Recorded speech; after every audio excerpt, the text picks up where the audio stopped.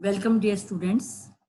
Myself, Dr. Savita Chahar, Associate Professor, Department of Botany, Government Mira Girls College, Udaipur. Today, we are going to study the third subphase of prophase first of meiosis, that is Pecketin. Yesterday, in my video class, we have completed the zygote and synaptonymal complex during zygote stage. Pecketin begins when synapsis comes to an end and the paired chromosome twisted spirally around each other. Now, the chromosomes become more thicker and shorter due to further condensation. Crossing over takes place during this stage. Crossing over is the exchange of genetic material between two non-sister chromatids of homologous chromosomes, which results in new recombination in daughter cells. Students, कल की जो मेरी video class में हमने complete किया था zygotene और synaptonemal complex. Zygote थोड़ा सा मैं समराइज करना चाहती हूँ पुरानी क्लास को. आप लोग भी जब पुरानी क्लास में सब कुछ आपको समझ में आ जाए, इसके बाद हम आगे भी वाली क्लास में, तो जब मैं एक बार वीडियो डालती हूँ आप उसे देखें, पीडीएफ भी पढ़ लें, इसके बाद फिर वीडियो देखें और फिर नेक्स्ट क्लास अटेंड करें, तो आपको समझने में कहीं पर भी दिक्कत नहीं आएगी.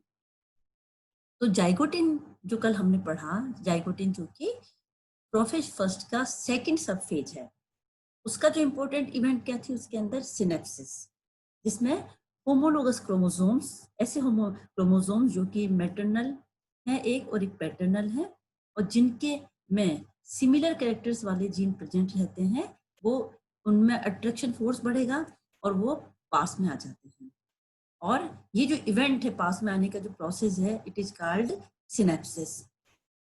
तो जाइगोटिन में हमने देखा कि क्रोमोसोम्स पास में आ गए हैं, लेकिन एक फिक्स डिस्टेंस के बाद आप में आकर के वो रुक जाते हैं, और यहाँ पर सिनेप्टोनिमल कॉम्प्लेक्स का निर्माण होता है. और सिनेप्टोनिमल कॉम्प्लेक्स क्या है? प्रोटीन की भी बनी हुई संरचना है, और ये क्या करती है कि जो क्रॉसिंग ओवर होगा, जेनेटिक रिकॉम्बिनेशन होगा, उसके लिए सुविधा या प्लेटफॉर्म प्रदान करती है. इसके बाद क्या है, जाइगोटिन के अंदर क्रोमोसोम और भी छोटे और मोटे होते चले जा रहे हैं, और इसके बाद जो सेल है, जो मियोसाइट है, वह पैकेटिन के अंदर एंटर कर जाती है. अब पैकेटिन की शुरुआत कहाँ से होगी? सिनेप्सिस होने के बाद में क्रोमोसोम में सिनेप्सिस हो चुका है, होमोलोगस पास में आ चुके हैं. इसके बाद इनके अंदर स्पाइरली वो एक दूसरे के लिपट जाते हैं, जो क्रोमोसोम्स हैं एक दूसरे के लिपट जाएंगे. इसके साथ ही वो और भी उनमें कंडेंसेशन, कॉइलिंग भी साथ साथ में चल रही है, जिससे वो और भी छोटे और मोटे होते चले जा रहे हैं. अब पैकेटिन की जो एक सबसे इंपॉर्टेंट इवेंट है, it is called crossing over, ये होगी. इस क्रॉसिंग ओवर होने के कारण जो लास्ट में मियोसिस के लास्ट में जो 4 डॉटर सेल बनेंगी, वह पेरेंटल सेल से बिल्कुल अलग होती है. और एक इंपॉर्टेंट बात और है कि आपस में भी चारों डॉटर सेल अलग होंगी. क्यों होंगी? क्रॉसिंग ओवर के कारण. अब क्रॉसिंग ओवर ऐसी क्या तोप है जिसके कारण ऐसा होगा? तो स्टूडेंट्स, क्रॉसिंग ओवर के दौरान क्या होता है, जो होमोलोगस क्रोमोसोम्स पास में आए हैं, जिनमें स्पाइरली अटैच हो गए हैं, ये उनके अंदर जो जेनेटिक मटेरियल का एक्सचेंज होगा. इस जेनेटिक मटेरियल के एक्सचेंज होने के बाद भी क्या है कि जेनेटिक रिकॉम्बिनेशंस बनते हैं, और इसके कारण क्या होता है, वेरिएशंस आती हैं और इवोल्यूशंस होता है. अब जो क्रॉसिंग ओवर है, होमोलोगस के किन क्रोमेटिड्स के अंदर होगा? क्योंकि देखो, एक होमोलोगस क्रोमोसोम का पेयर है, उसमें कितने क्रोमेटिड्स होंगे? 4 क्रोमेटिड्स होंगे.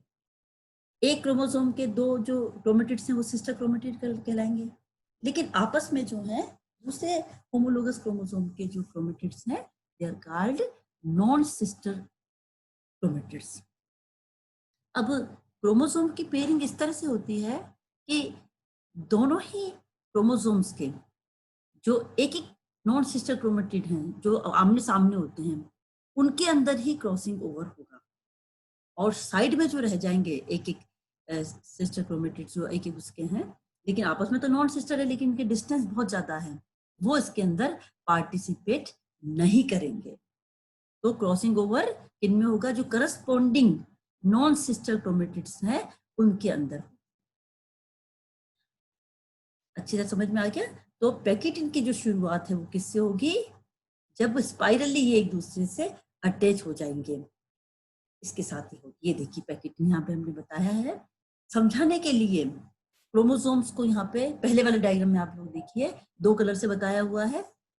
डार्क ब्लू जो है इसमें एक होमोलोगस जो पेयर है उसका एक क्रोमोसोम है और लाइट ब्लू से दूसरे को बताया है।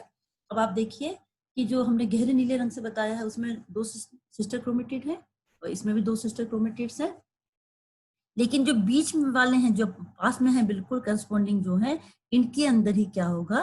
क्रॉसिंग ओवर होगा। ये देखिए सेकंड वाले डायग्राम में इसी का फर्स्ट वाले डायग्राम का सेकंड पार्ट देखिए, इसमें ये क्रॉसिंग ओवर है जहां पर ये आपस में लिपट गए हैं और इसकी चर्चा हम बाद में करेंगे थोड़ी देर बाद। इसी तरह से दूसरे डायग्राम में थोड़े बड़े रहे हैं, इनमें और क्लियर देख लीजिए आप लोग। यहाँ पे हमने ब्लू और येलो से बताया है और अब ये देखिए एक होमोलोगस पेयर है, कितने क्रोमेटिड है? 4, 2 सेंट्रोमियर है, इनका आपस में ये हुआ है। और आगे की जो चर्चा है तीसरा वाला जो पार्ट है दोनों डायग्राम का, इसकी बात में आपको आगे चर्चा करेंगे। तो पैकेटिन का इंपॉर्टेंट इवेंट क्या हो गई? Crossing over. अब क्रॉसिंग ओवर में इसके बाद क्रॉसिंग ओवर होते होते जो म्यूसाइट है वह कोशिका जिसमें म्यूसिस हो रहा है वह डिप्लोटिन नाम की सब फेज जो है, चौथी फेज जो है प्रोफेज फर्स्ट के, उसमें एंटर करती है।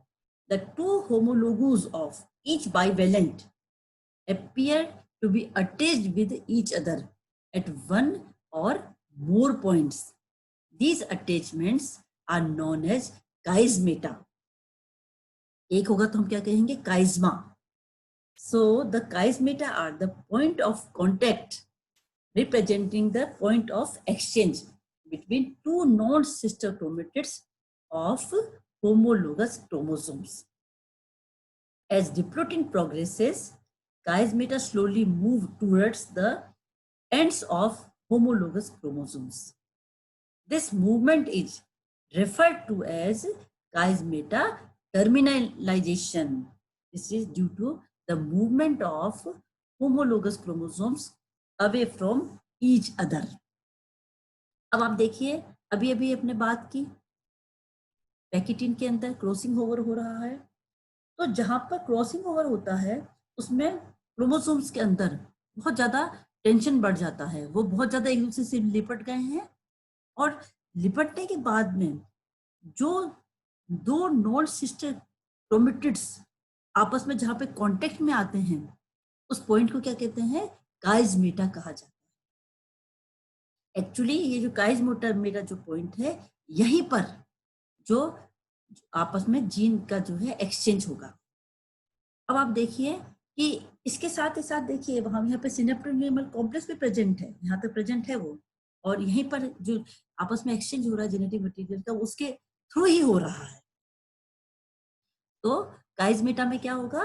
काइजमेटा से ये एक दूसरे से जुड़े रहेंगे और वहीं अब यहाँ पे 2 चीजें हैं आप देखिए कि दोनों ही जहां पे काइजमेटा बने हुए हैं वहां से क्रोमेटिड्स टूटेंगे, टूटने के बाद क्या है? पुनः जुड़ेंगे और जुड़ने के दौरान क्या होगा कि कई बार ऐसा हो जाता है कि नॉन सिस्टर क्रोमेटिड्स के जो जेनेटिक मटेरियल था वह आपस में जुड़ जाता है।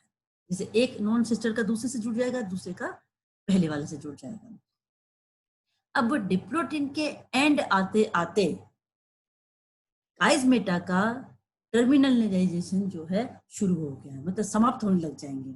अब धीरे धीरे क्रोमोसोम क्या है? एक दूसरे से दूर जाने लग जाएंगे। और इससे पहले मैं आपको वापस जो हमने देखा था पहला वाला डायग्राम है इसमें मैं समझाना चाहूंगी। ये देखिए आप लोग दोनों ही डायग्राम का, अब तीसरे नंबर का देखिए, यहाँ पे ये काइजमेटा बने हैं, क्रॉसिंग ओवर हो रहा है, इसमें भी क्रॉसिंग ओवर हो रहा है और जब ये खत्म हो जाएगा काइजमेटा, जब ये जो डिप्लोटेन स्टेज आते आते हमने कहा है कि काइजमेटा जो है अलग होने लग जाएंगे, तो उसका रिजल्ट क्या रहेगा? आप कंपेयर करिए पहले डायग्राम में तीसरे नंबर वाले पे और यहाँ पे सेकंड में भी तीसरे नंबर वाले पे, कि जो पहला वाला होमोलोगस था जो कि हमने डार्क ब्लू से बताया था, इसमें एक क्रोमेटिड के अंदर आप देखिए हल्के नीले रंग के जो क्रोमोसोम था उसका जेनेटिक मटेरियल लग गया और इधर इसका लग गया। तो दोनों ही क्रोमोसोम आप देखिए, दोनों ही आप ध्यान से देखिए, दोनों ही क्रोमोसोम जहां शुरू में लेकर चले थे होमोलोगस उससे चेंज दिखाई दे रहा है। तो ये किसके कारण चेंज आया है? ये चेंज आया है क्रॉसिंग ओवर के कारण, और क्रॉसिंग ओवर के कारण ही वेरिएशंस और इवोल्यूशन होता है। ये मैं थोड़ा और बड़ा डायग्राम लिया है हमने, यहाँ देखिए दो क्रोमोसोम है और अच्छी तरह समझाया आपको। एक जो हमने बैंगनी रंग का क्रोमोसोम लिया है इसके अंदर हमने कैपिटल ए से बनाया है, जेनेटिक मटेरियल कैसा है? कैपिटल ए से है।